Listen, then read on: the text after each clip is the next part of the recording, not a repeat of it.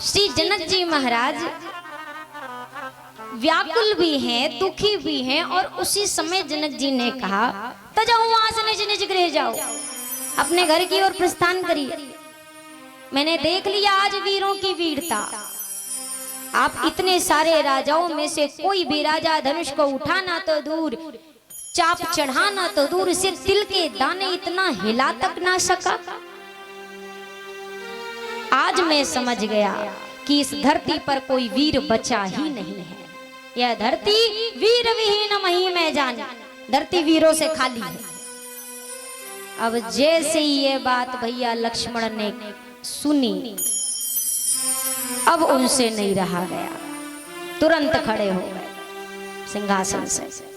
किसी ने भैया लक्ष्मण से कहा आप क्यों खड़े हो गए, आप क्यों खड़े हो गए? राम जी पर यदि बात आई थी तो राम जी को खड़ा होना था। भैया लक्ष्मण ने कहा ये बताओ मणि की रक्षा कौन करता है? सर्प, सर्प को फणी भी कहते हैं। तो जिस प्रकार मणि की रक्षा फणी करता है, तो उसी प्रकार ये रघुवंश मणि है और मैं शेषावतार हूँ। तो रघुवंश मणि पर यदि बात आएगी तो यह शेषावतार फणी तो खड़ा होगा ही होगा, तो मुझे तो खड़ा होना ही पड़ेगा। खड़े हुए भैया लक्ष्मण।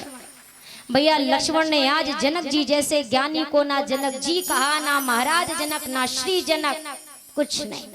मानो भैया लक्ष्मण कहते हैं कि मैं उस ज्ञान को नहीं मानता जो भगवान के सामने रहते हुए भी उन्हें पहचान ना सके।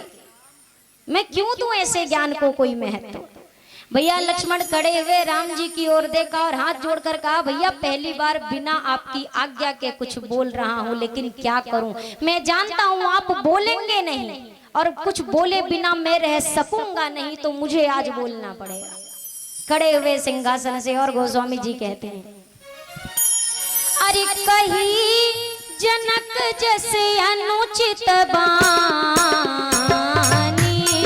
कही जनक जैसे अनुचित बानी, कही जनक जैसे अनुचित बानी, कही जनक जैसे अनुचित बानी,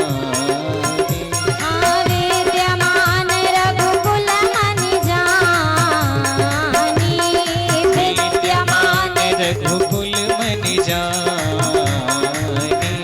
आज जनक ने जैसे अनुचित शब्दों का प्रयोग किया है, वो भी सभा में राम जी के रहते हुए ये उचित नहीं हुआ।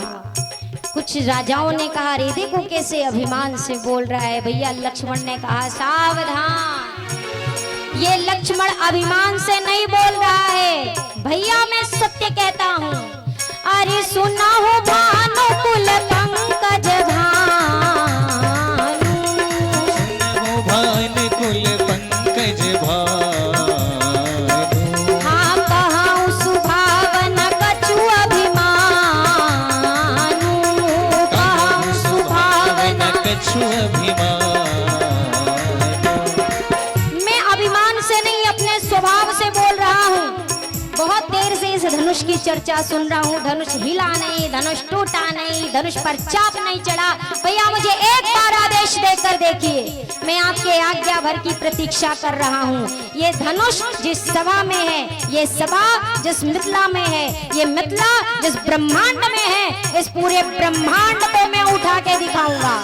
अरे जो तुम्हारे अनुशासन पावा, जो तुम्हारे अनुशासन पावा, हाँ कंदुकैव ब्रह्मांड उठावा, कंदुकैव ब्रह्मांड उठावा,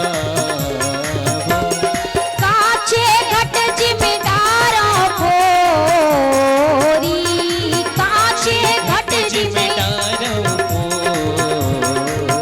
हाँ सकाऊ मेरू मूलक जिम्मेदारी, सकाऊ मेरू मूलक जिम्मेदारी। इस पूरे ब्रह्मांड को कच्चे घड़े के समान उठा करके मैं एक सेकंड में, निमिष मात्र में फोड़ डालूं। मुझे आपके आदेश भर की प्रतीक्षा है। बात रही इस धनुष की, कमल नाल जिम चाप चढ़ावा, कमल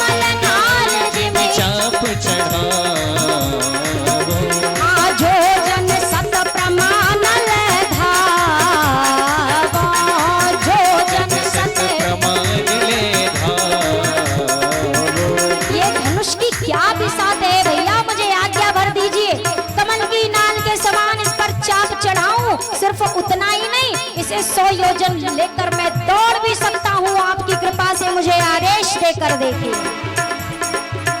मेरा स्वभाव तो ऐसा है, अपमान ना मुझे गंवारा है कृपा गुरु के चरणों की, बल और प्रताप तुम्हारा है। अभिमान त्याग कर कहता हूँ, आदेश तुम्हारा पाऊं मैं, तो धनवा की क्या है बिसात, सारा ब्रह्मांड उठाऊं मैं। फिर कच्चे घड़े समानों से कंबर में तोड़ फाड़ डालूं, या गाजर मूली की नाई चुटकी में तोड़ ताड़ डालूं। जल को तल को जल कर दूं, लाऊं उतार कर तारों को, सुरमे की तरफ पीस डालूं पृथ्वी को और पहाड़ों को। फिर धनुष पुराना घिसा पिटा, ये आता किस गिनती में है। फिर धनुष पुराना घिसा पिटा, ये आता किस गिनती में है। सैकड़ों कोस तक ले दौड़ूं, इतना तो बल उंगली में है। सैकड़ों कोस तक ले दौड़ूं, इतना तो बल उंगली में है। सच्चे योद्धा सच्चे क्षत्रिय अपमान नहीं सह सकते हैं। जिनको सुनने की ताब नहीं, वो चुप कैसे रह सकते हैं। रघुवीर राम जी के होते अनुचित वाणी कह डाली है। रघुवीर राम जी के होते अनुचित वाणी कह डाली है। यह शब्द हृदय में चुभता है, पृथ्वी वीरों से खाली है। यह शब्द हृदय में चुभता है, पृथ्वी वीरों से खाली है। तोरो छत्रक दंड जिमी तब प्रताप बलनाथ, जो न करो प्रभु पद शपथ, पुण्य न धरो धनु हाथ।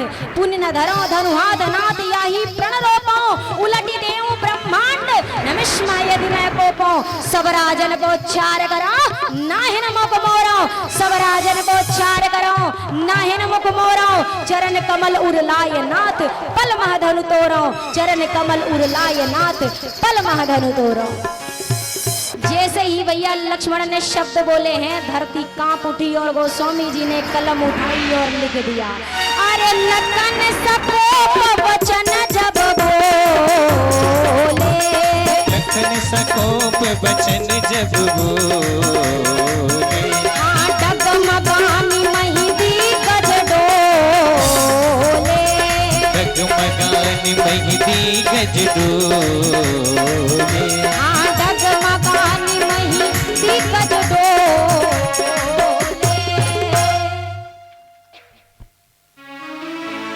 भैया लक्ष्मण ने बोला, धरती कांप उठी।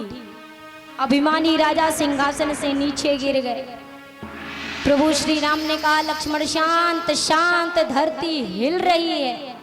भैया लक्ष्मण ने कहा, सरकार सब तो हिल गए, लेकिन कैसे शांत हो जाऊं।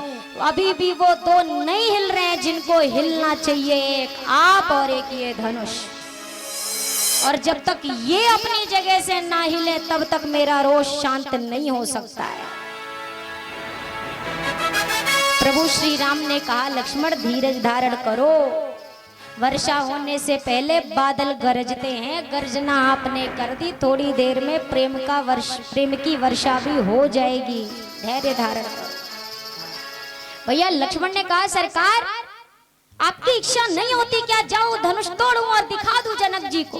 मैं क्रोध से कांप रहा हूं, मेरा शरीर लाल हो रहा है और आप अभी भी शांत के शांत बैठे।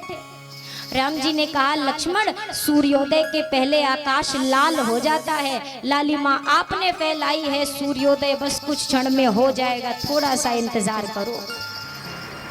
विश्वामित्र जी महाराज ने देखा शुभ समय है, राम जी हैं, ऐसे भीड़ में थोड़ी ना जाएंगे। वीआईपी लोगों के लिए अलग व्यवस्था होती, और ये तो इनसे बड़ा वीआईपी कौन, वीवीआईपी से भी ऊपर वाले हैं ये तो। विश्वामित्र जी महाराज ने वह शुभ समय देखा और अब राम जी के शीश पर अपना दाहिना वरद हस्त रखा और राम जी से कहा,